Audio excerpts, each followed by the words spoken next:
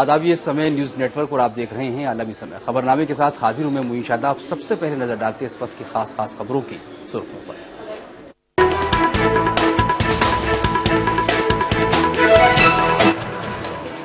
Black money पर बनी SIT ने की पहली मीटिंग। कई इश्यूज पर हुई बातचीत। अहम मंसूबों को लेकर जारी है वज़ीर-ए-आज़म मोदी की अपने वज़रा के साथ बातचीत। प्रियंका गांधी के खाना को मिलते रहेगी एसपीजी हिफाजत। वजारत दाखिला के जराये की खबर। किरण रिजिजू ने कहा हिफाजत पर न हो सियासत। कांग्रेस की दिग्विजय सिंह को नसीहत। कहा पार्टी फोरम के बाहर बेवजह न करे बयानबाजी। दिग्गी ने शाह इमाम अहमद बुखारी को बताया था फिरका परस्त। बिहार में जीतन राम मांझी काबीना में तोसी। 14 नए वज़रा ने लिया हलफ। उधर तेलंगाना के पहले वज़ीर आला बने के चंद्रशेखर राव। रियासत में जश्न का समा। और अमरीकी फौजी के बदले तालिबान कैदियों की रिहाई पर तनाज़ा। अफगान हुकूमत और अमरीकी अपोजिशन दोनों ने जाहिर किया एतराज।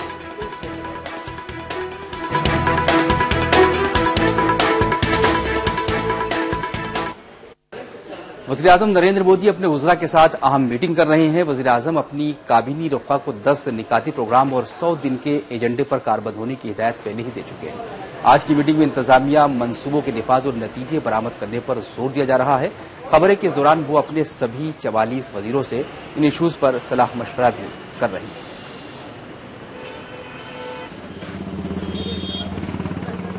इससे पहले ब्लैक मनी को लेकर बनी एसआईटी की पहली मीटिंग हुई, जिसमें गैर ममालिक से ब्लैक मनी लाने की हिकमत पर गौर खौज किया गया। सुप्रीम कोर्ट के हुक्म पर मरकजी हुकूमत ने अपनी पहली ही काबीना की मीटिंग में एसआईटी के कयाम को मंजूरी दी।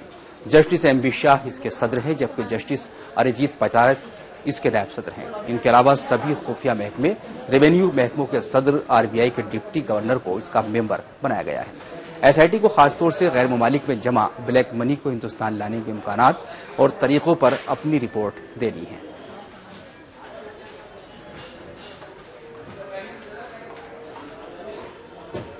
वहीं ब्लैक मनी को लेकर मरकज के लाहे अमल पर अपोजिशन के लीडरान का कहना है कि पहले ये देखना होगा कि इसमें कितनी ईमानदारी बरती जाती है। पॉलिटिकल पार्टियां जो पैसा खर्च करती हैं चुनाव प्रचार में, और जो उनको बड़े बड़े कारपोरेट घरानों के लोग उनको पैसा देते हैं, तो वो कैसा पैसा होता है? बहुत सारा पैसा तो बिना हिसाब का होता है, ब्लैक मनी होता है। तो अब ये देखना होगा, वेट करना होगा कि ये वाकई कोई ईमानदारी से किया गया प्रयास है या यूं ही खानापूर्ति है। देखिए, मैं लगातार ये बात कह रहा हूं कि ब्लैक मनी पे हमने बहुत काम किया है, लेकिन आज उसको दोहराने का वक्त नहीं है। एसआईटी की मीटिंग हो रही है, बहुत अच्छा है, लेकिन पूरा देश जानना चाहता है काला पैसा कब तक वापस आएगा, सरकार क्या कदम उठा रही है।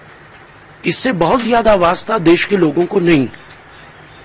उन्होंने एसआईटी बनाई, बहुत अच्छा किया, लेकिन देश को पता चलना चाहिए कितने दिन में ये पैसा वापस लाएगी। उधर लोकसभा इंतखाबात में कांग्रेस की करारी हार पर पार्टी में ही घमसान मचा हुआ है। कांग्रेस लीडर कुमारी शैलजा ने कहा है कि जो हार हुई है उसमें जिम्मेदारी तय होनी चाहिए, जिम्मेदारी वज़राए आला को भी लेनी चाहिए। हमारे नुमाइंदे संजीव त्रिवेदी ने शैलजा से खास बातचीत की। कुछ महीने रह गए हरियाणा के विधानसभा चुनाव में और उसके पहले लोकसभा चुनाव में ऐसी हार। हमारे साथ इस वक्त है कांग्रेस की वरिष्ठ नेता कुमारी शैलजा। शैलजा जी, हमेशा हार के बारे में यही कहा गया, हरियाणा में भी खासतौर पर और दूसरी जगहों पर भी, हरियाणा में खासतौर पर कलेक्टिव फेलियर है। आप मानती हैं कलेक्टिव फेलियर? कलेक्टिव फेलियर का क्या मतलब? किसने कहा कलेक्टिव फेलियर है?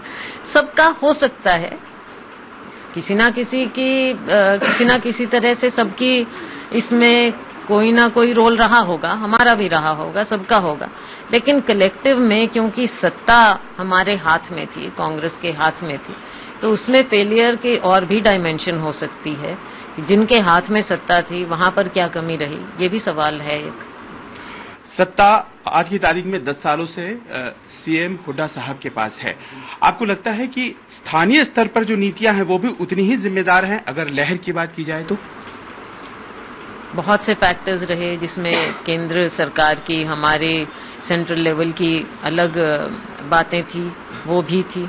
लेकिन जहां हमारी सरकार थी, जैसे हरियाणा में हमारी सरकार थी, तो ये बिल्कुल एक ठोस बात है कि वहां की कमियां भी रही हैं, जिसके कारण ये इतनी बुरी हार रही है। ऐसा नहीं हो सकता कि गलती केवल केंद्र की हो या दूसरे लोगों की हो और अच्छाई केवल उनकी हो। तो क्योंकि हमारी सरकार थी तो ज्यादा जिम्मेवारी राज्य सरकार की बनती है। पर कोई त्याग पत्र या कोई नैतिक जिम्मेदारी लेने की बात उनकी तरफ से तो आई नहीं कभी। नहीं है, होगी भी नहीं, होती तो पहले होती। इस दौरान कांग्रेस ने अपने जनरल सेक्रेटरी दिग्विजय सिंह को नसीहत दी है कि वो पार्टी फोरम के बाहर बेवजह की बयानबाजी न करें। दिग्विजय सिंह ने दिल्ली के शाही इमाम अहमद बुखारी को फिरका परस्त करार दिया था, जिसके बाद पार्टी तर्जुमान रणदीप सिंह सुरजेवाला ने प्रेस कॉन्फ्रेंस के दौरान कहा कि अगर किसी लीडर को कोई राय रखनी है या फिर कोई सलाह देनी है तो पार्टी सदर सोनिया गांधी से मिलकर बात करें। All members and leaders of the Indian National Congress to convey their opinion, if any, on the party fora as advised by the President of Indian National Congress.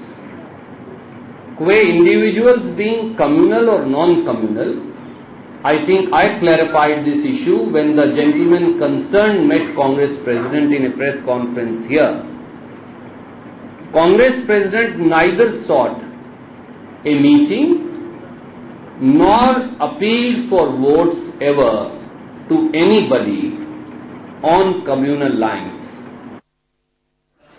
Congress leader Digvijaya Singh ने शाही इमाम के हवाले से क्या बयान दिया था, आइए सुनते हैं। इमाम बुखारी साहब को एक सांप्रदायिक विचारधारा का व्यक्ति मानता हूं, क्योंकि उन्होंने 2004 में अटल बिहारी वाजपेयी जी के पक्ष में फतवा भी दिया था। तो इसलिए मैं उन्हें कोई सेक्युलर आदमी नहीं मानता। वहीं बिहार के कांग्रेस लीडर और रुकने पार्लियामेंट मौलाना असरारुल हक ने पार्टी सदस्य सोनिया गांधी के खिलाफ मुबैना बयान से इंकार किया है।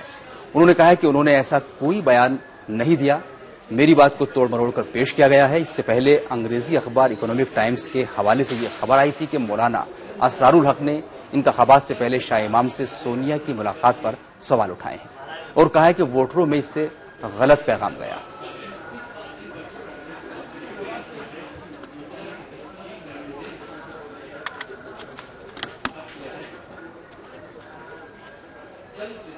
बिहार के किशनगंज से कांग्रेसी सांसद असरारुल हक साहब का एक बयान छपा है, जिसमें उन्होंने सीधे तौर पर यह सवाल उठाया और यह बयान अखबार में छपा है कि सोनिया गांधी और शाही इमाम की जो मुलाकात थी वो गलत है। इस पर बातचीत करने के लिए खुद असरारुल हक साहब, सर ये जो बयान आपका छपा है, क्या इस तरह का कोई बयान दिया था आपने? मैंने इस तरह का कोई बयान नहीं दिया, बल्कि एक अखबार के एक नुमाइंदे ने मुझसे कुछ सवालात किए बहुत सब चीजों पर। उसमें एक सवाल ये भी किया था कि आप ये बताइए कि सोनिया जी ने जो मुलाकात की थी इमाम बुखारी से, ये सही है या गलत? तो मैंने कहा कि देखो भाई, सही और गलत का फैसला मैं नहीं करता, ये फैसला लीडरशिप करती है। लीडरशिप ने जो फैसला किया उन्होंने किया, इसलिए मुझसे ये बात पूछने का कोई मतलब नहीं कि ये फैसला सही है या गलत है। तो ये जो बयान को लेकर विवाद खड़ा किया जा रहा है, क्योंकि आप कांग्रेस के दूसरे बार चुने गए सांसद हैं, किशनगंज से चुने गए हैं, तो ये जो बयान है इसको आप कैसे देखते हैं? ये बयान क्यों छपा? ये मैं समझता हूं कि इसको तोड़ मरोड़ करके छापा गया है, लेकिन मैं अब भी ये कह रहा हूं कि अगर अव्वल तो मुझको कांग्रेस से कोई नाराजगी नहीं है, कांग्रेस से कोई मेरा इख्तलाफ नहीं है, अपने लीडरशिप से कोई इख्तलाफ मेरा नहीं है, और अगर कोई चीज ऐसी मुझको मिलती तो मैं मीडिया में नहीं कहता, बल्कि जाके मैं मिल के कहता। वज़ारत दाखिला के ज़राए के हवाले से खबर है कि प्रियंका गांधी के खानदान को एयरपोर्ट पर मिलने वाली खुसूसी सिक्योरिटी जारी रही। इसके अलावा उनकी एसपीजी सिक्योरिटी भी जारी रही। गुज़श्ता दिनों प्रियंका गांधी के शौहर रॉबर्ट वाड्रा को एयरपोर्ट पर मिलने वाली खुसूसी रियायत पर सवाल उठे थे, जिसके बाद प्रियंका गांधी ने कहा था कि सरकार चाहे तो उनके खानदान से एसपीजी सिक्योरिटी भी वापस ले सकती है। और इस मामले पर मरकजी वजीर मुमलिकत बराए दाखिला किरण रिजिजू का क्या कहना है? उन्होंने कहा कि सिक्योरिटी किसे देनी है किसे नहीं, ये फैसला सिक्योरिटी एजेंसियां करती हैं और किसी भी शख्स को इस पर बेवजह सियासत नहीं करनी चाहिए। सर, एसपीजी के मुद्दे पर प्रियंका वाड्रा ने कहा कि पूरा परिवार एक साथ जाता है, अगर उनके पति से ले ली जाती है इस तरह की सुरक्षा, तो कहीं ना कहीं सुरक्षा का मामला जो है बहुत संवेदनशील होता है। ये मंत्री या कोई व्यक्ति जो प्रतिनिधि है वो तय नहीं कर सकता है। ये सिक्योरिटी एजेंसी है, उस लेवल पे छोड़ना चाहिए। कोई राजनीतिक मुद्दा बनाने के लिए पत्र लिखना ये ठीक बात नहीं है। मानते हैं कि राजनीतिक मुद्दा बनाया जा रहा है? नहीं तो फिर इतना सालों से क्या कर रहे थे कि आपको अभी याद आया कि ऐसे लिखने के लिए? खबरनामा भी जारी है, लेकिन आगे बढ़ने से पहले एक छोटा सा वक्फा, जल्द हाजिर होते हैं।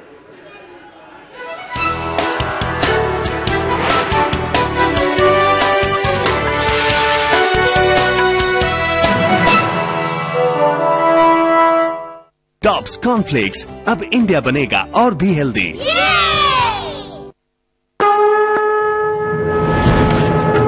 हम समय शक्तिमान है, समय सम्मोहन है,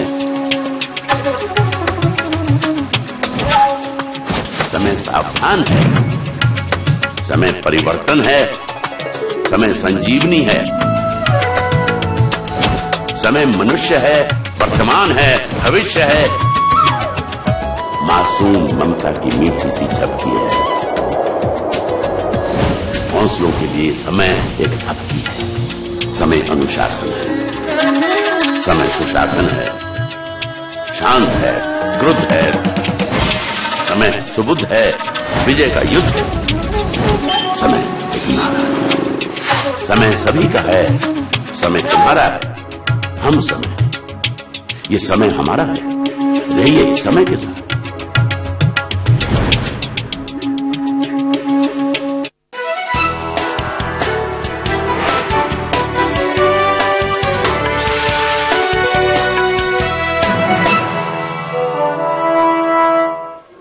ब्रेक के बाद खबरनामे में एक मरतबा फिर आपका खैर मकदम। बिहार में जीतन राम मांझी काबीना की आज तौसीक की गई। राजभवन में मांझी काबीना के नए वुज़रा ने ओहदे और राजदारी का हलफ लिया। हलफ लेने वाले 14 वुज़रा में आरजेडी से जेडीयू में शामिल हुए सम्राट चौधरी, राजीव रंजन और जावेद इकबाल अंसारी का नाम भी शामिल रहा। इसके अलावा राम लखन राम, वैद्यनाथ शाहनी, बीमा भारती, रंजू गीता, नौशाद आलम समेत कुल 14 वुज़रा ने हलफ लिया। आपको बता दें कि 23 मई को एतमाद का वोट हासिल करने के बाद वज़ीर आला जीतन राम मांझी ने काबीना में जल्द ही तौसीक करने का ऐलान किया था। फिलहाल जीतन राम मांझी को काबीना में 17 वज़ीर।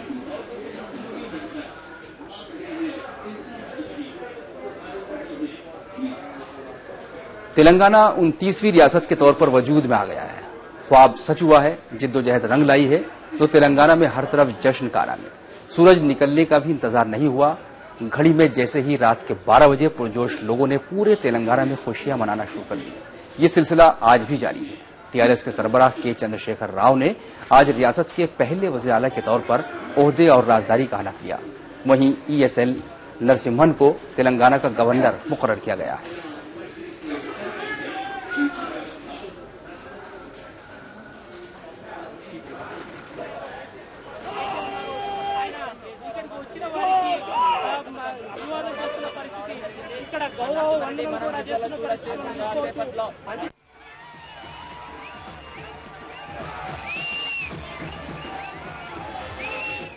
उत्तराखंड के देहरादून में एडिशनल सेक्रेटरी डीसी भट्ट शराब के नशे में सेक्रेटेरिएट पहुंचे। नशे में धुत इस अफसर ने चीफ सेक्रेटरी रामास्वामी के दफ्तर के बाहर धरना देना शुरू कर दिया है। आप तस्वीरों में देख सकते हैं कि किस तरह से ये अफसरान नशे में धुत होकर अपने होशो हवास खो बैठे हैं। ये सेक्रेटेरिएट के एक सीनियर अफसर हैं। नशे में धुत होकर ये कुछ भी बोलने की हालत में नहीं है।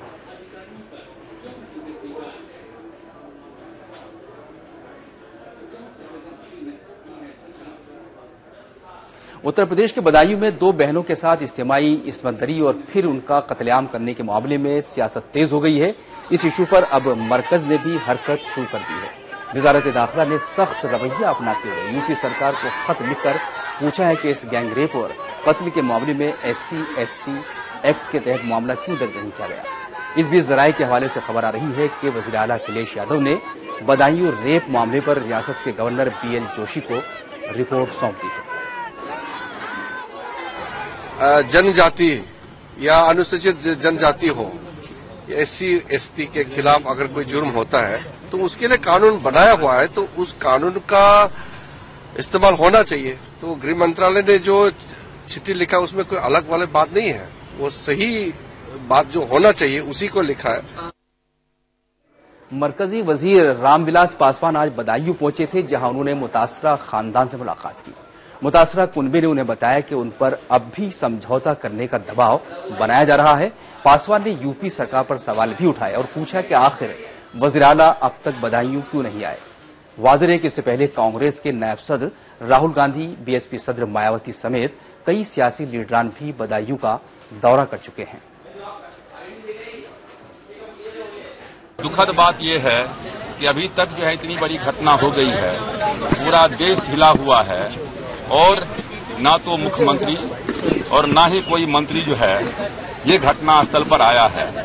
इसका मतलब है कि या तो पब्लिक से डरे हुए हैं या वो मुजरिम को बचाने की कोशिश कर रहे हैं।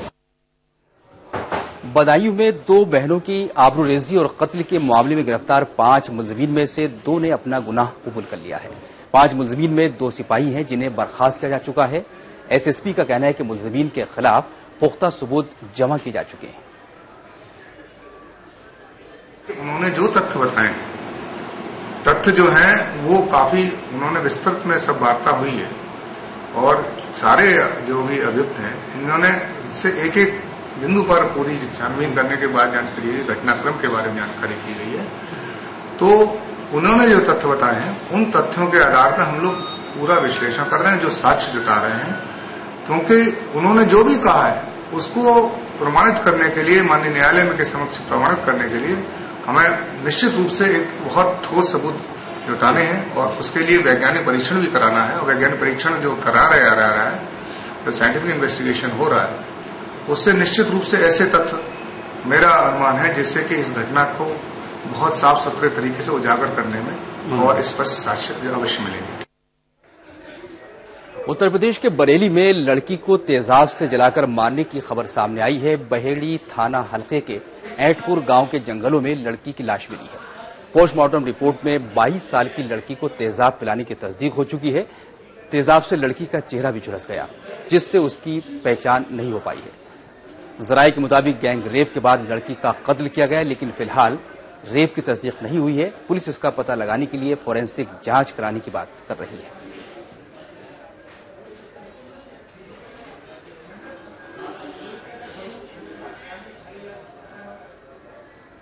ये जो घटनाएं आप सुन रहे हैं, हम लोग जो देख रहे हैं, ये एक चरमराई हुई जो व्यवस्था होती है सरकारी मशीनरी की, वो आप दिख रहा है उत्तर प्रदेश में।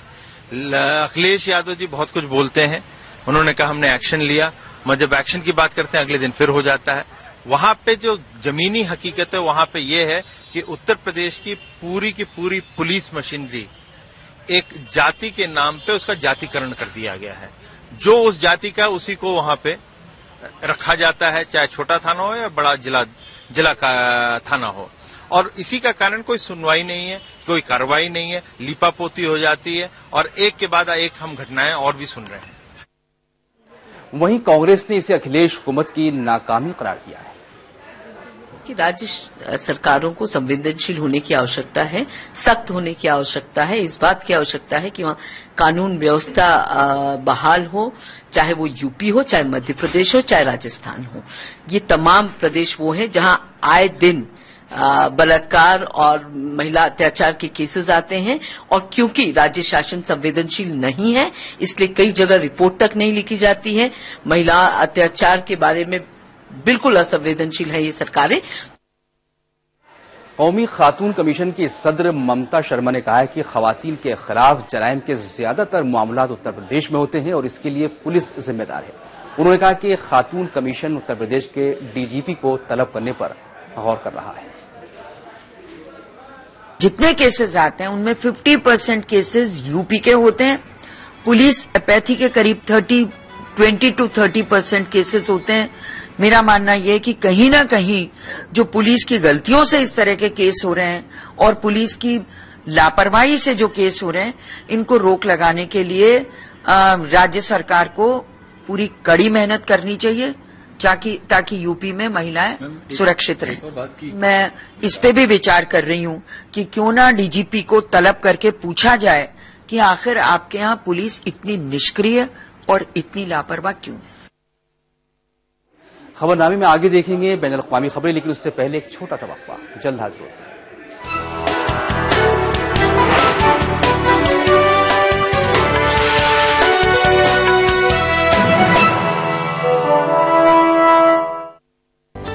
दिन का स्टार्ट टॉप्स कॉर्नफ्लेक्स के साथ। टॉप्स कॉर्नफ्लेक्स, अब इंडिया बनेगा और भी हेल्दी।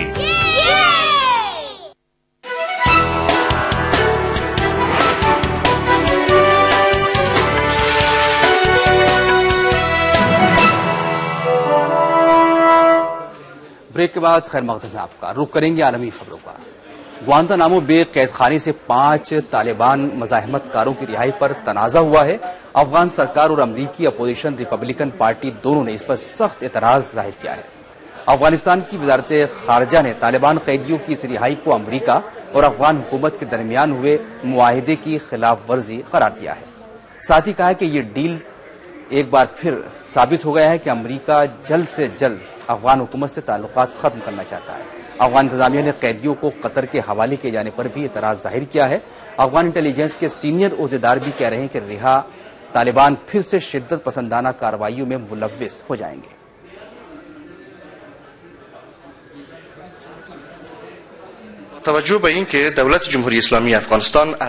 इस्लामी जमहूरिया अफगानिस्तान शुरू से ही ग्वांतानामो बे या किसी और कैद खाने में अफगान शहरियों को बंद रखने का मुखालिफ रहा है। अमरीकी सार्जेंट के बदले 5 अफगान शहरियों की रिहाई अमरीका के साथ हमारे मुआहदे के खिलाफ है और इसके अलावा उन्हें कतर हुकूमत के हवाले करने के लिए भी हुकूमत अफगानिस्तान की रजामंदी हासिल नहीं की गई।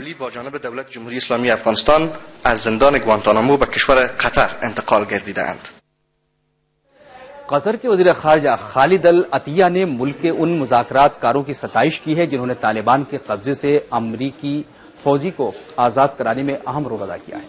कतर के दौरे पर आए जर्मन के वज़ीर ख़ारजा के साथ एक मुश्तरका प्रेस कॉन्फ्रेंस के दौरान खालिद अल अतिया ने कैदियों के तबादले के ताल्लुक से ज्यादा तफसील बताने से इनकार कर दिया।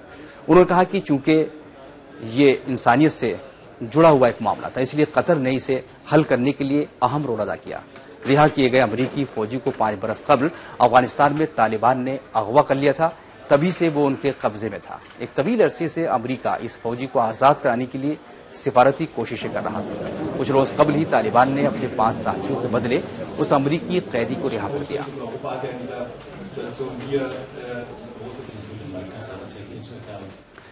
फलस्तीन में इत्तेहादी हुकूमत का कयाम तातुल का शिकार हो गया है। पीर के रोज मगरिबी किनारे की सदर महमूद अब्बास हुकूमत की तश्कील का ऐलान करने वाले थे, लेकिन ऐन वक्त पर हमास ने इस हुकूमत की हिमायत से इनकार कर दिया। हमास कैदियों के मामले से मुताल्लिक वजारत को खत्म किए जाने से नाराज है। महमूद अब्बास ने इस वजारत की जगह एक कमेटी तश्कील दी जाने की बात कही है, जिस पर काबीना का कोई कंट्रोल नहीं होगा। ये वजारत इसराइल की जेलों में बंद फलस्तीनी कैदियों के मामलात देखती है। इसी बीच खबर यह भी है कि महमूद अब्बास अब नई हुकूमत का ऐलान आइंदा जुमेरात को करेंगे। गुज़श्ता 7 साल से फलस्तीन में 2 हुकूमतें काम कर रही हैं। गजा पर हमास जबकि मगरिबी किनारे पर फतह की हुकूमत है।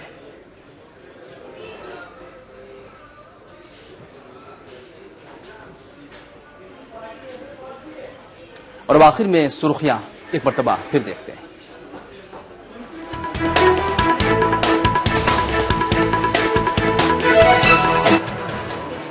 ब्लैक मनी पर बनी एसआईटी ने की पहली मीटिंग, कई इशूज पर हुई बातचीत, अहम मंसूबों को लेकर जारी है वज़ीर आज़म मोदी की अपने वज़रा के साथ बातचीत। प्रियंका गांधी के खाना को मिलते रहेगी एसपीजी हिफाजत, वजारत दाखिला के जराये की खबर। किरण रिजिजू ने कहा हिफाजत पर न हो सियासत। कांग्रेस की दिग्विजय सिंह को नसीहत, कहा पार्टी फोरम के बाहर बेवजह न करे बयानबाजी। दिग्गी ने शाह इमाम अहमद बुखारी को बताया था फिरका परस्त। बिहार में जीतन राम मांझी काबीना में तोसी, 14 नए वज़रा ने लिया हलफ। उत्तर तेलंगाना के पहले वज़ीर आला बने के चंद्रशेखर राव। रियासत में जश्न का समा। और अमरीकी फौजी के बदले तालिबान कैदियों की रिहाई पर तनाज़ा, अफगान हुकूमत और अमरीकी अपोजिशन दोनों ने जाहिर किया एतराज।